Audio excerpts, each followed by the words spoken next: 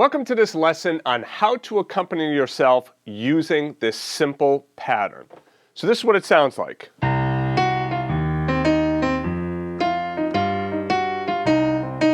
So here I'm improvising in my right hand and I'm playing this simple pattern in the left hand. So why do this simple pattern to begin with? Well, the reason is that when you have a simple bass line like this, it keeps the time moving. It feels like there's motion versus just playing a static chord like. Can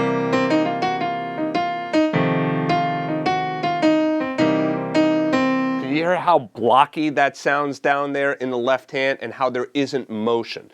The other reason is that it gives you some linear line motion in the left hand. That's going to help your technique in the long run because your left hand is not going to just be playing these block chords, but your left hand is going to learn how to also play lines. And if you've ever found that like when you're playing these block chords you get kind of stuck, well, that might be one reason why. Let's talk about accompaniment versus improvisation.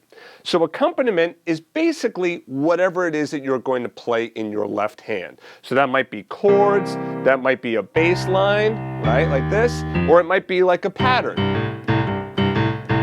I'm generalizing, okay? You don't always have to play the accompaniment with your left hand, but at this stage of the game, you're probably going to end up playing your accompaniment with the left hand.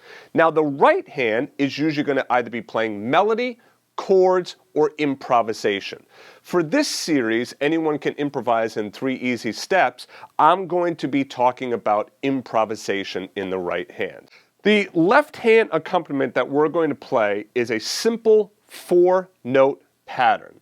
The notes are C, E flat, F, and G. Now I'm going to be playing using my pinky, my middle finger, my second finger, and my thumb.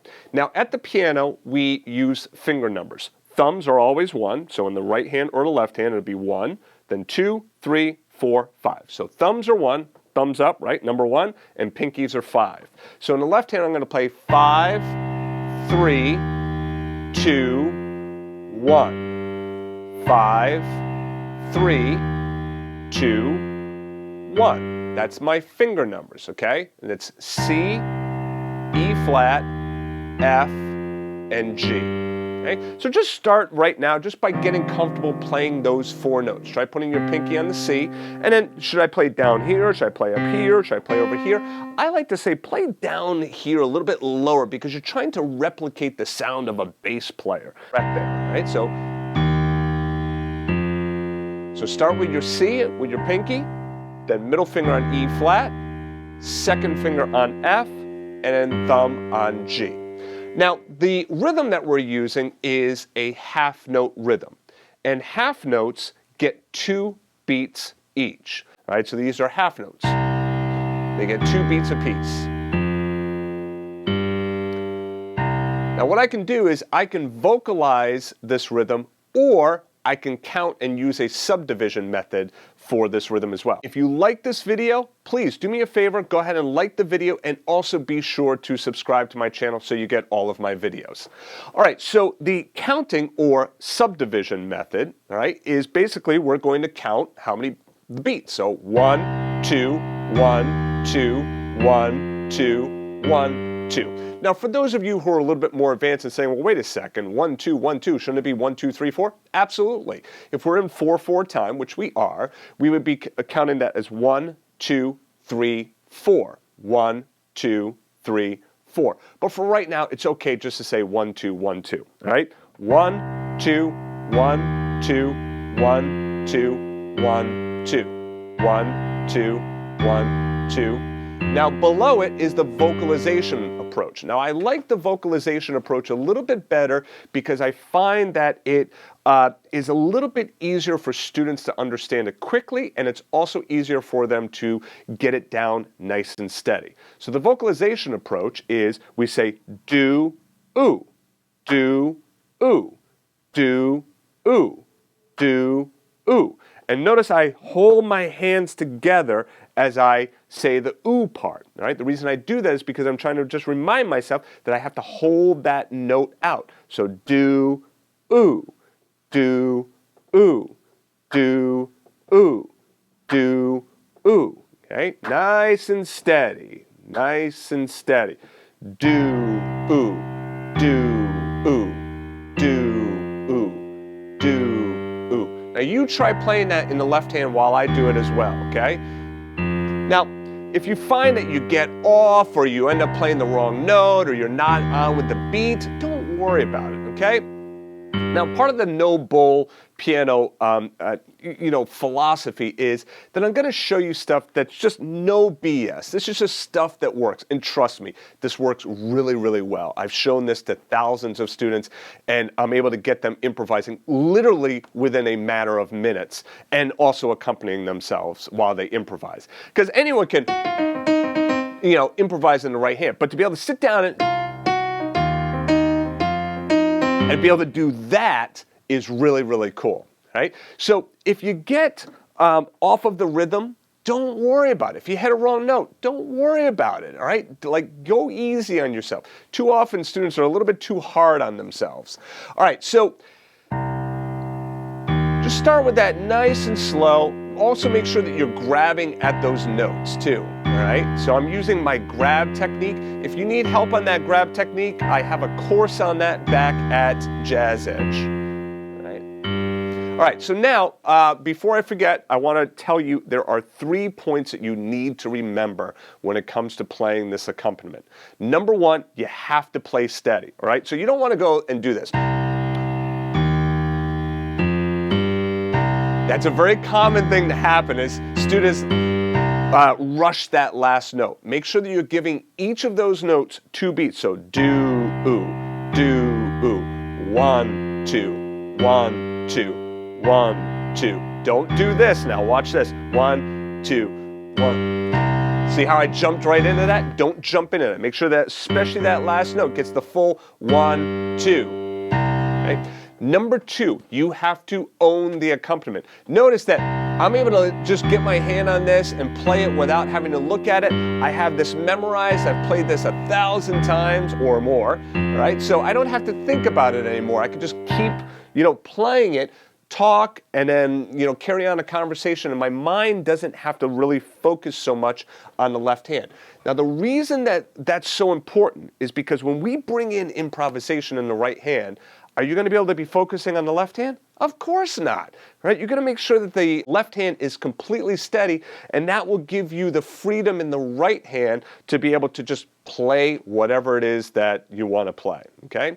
And number 3, never, ever, ever stop playing, okay? Now, you might say, what do you mean never stop playing? Well, obviously, when you're done, with the song or whatnot, and you want to, call it at the end of a practice session, then yes, stop. But what you don't want to do is you don't want to do this kind of stuff.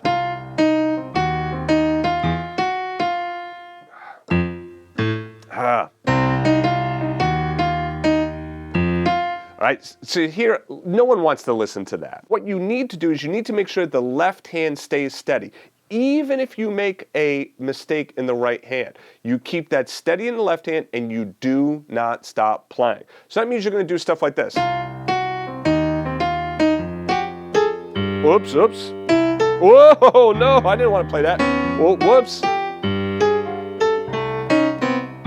All right, so that left hand is nice and steady. Now, if you want a good exercise to practice, all right, that's going to be really challenging for your ears and your brain, try playing anything in the right hand and see if you can keep that left hand steady. And I mean anything, all right? So, all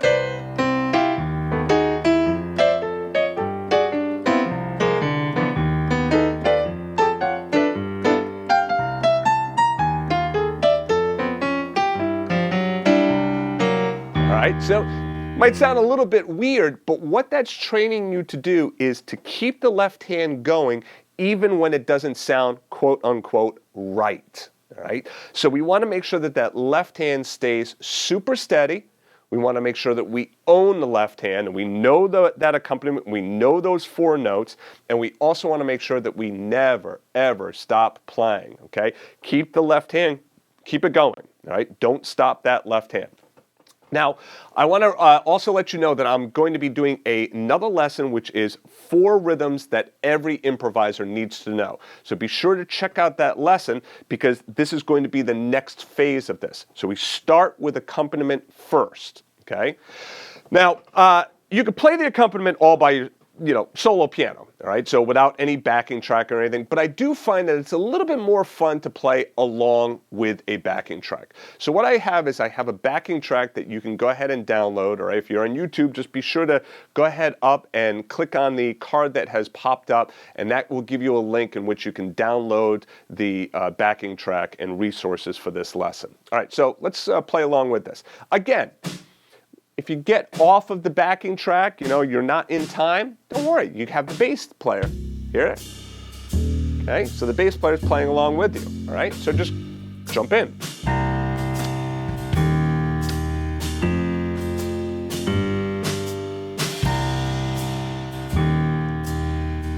So now this backing track is about 9 minutes long. All right, so this would be a great practice session for you. Is to just practice along with this backing track. Now, I'm going to give you a little bonus stuff here, okay? Let me pause this for 1 second. I'm going to give you a little bit of bonus stuff that you could try doing. You do not have to do this, all right? If you find this a little bit too difficult, then don't worry about doing anything in the right hand. But I'm going to show you just a couple of things that you could do in the right hand that will make it just a little bit more interesting to practice along with this, all right? Here we go. The first is just play your C minor triad.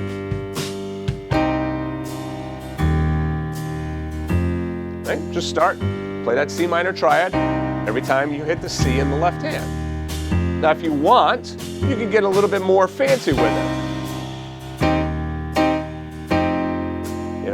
Add a little bit of rhythm in the right hand. You can try this as well.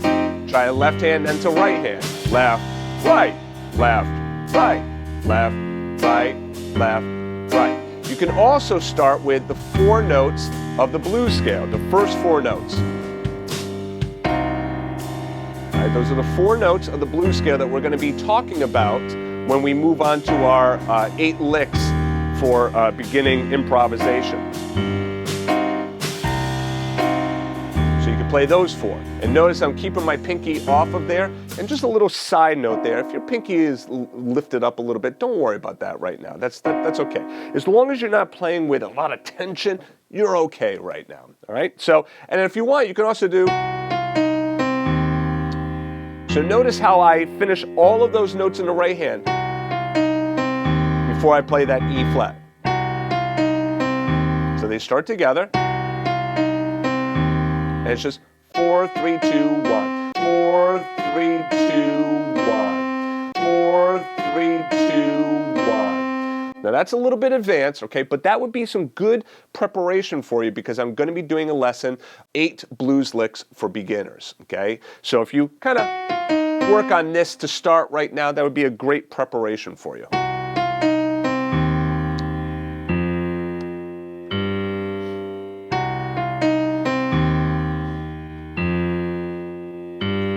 Okay, so that's it for this lesson. I want to thank you for joining me. I want you to also remember that I have 2 other lessons part of this series. The first lesson is this one. The other one is 4 rhythms that every improviser needs to know, and the other lesson is 8 blues licks for beginners. So be sure to check out those videos. They're really going to help you, and they're going to show you that anybody can improvise at the piano. I'll see you later.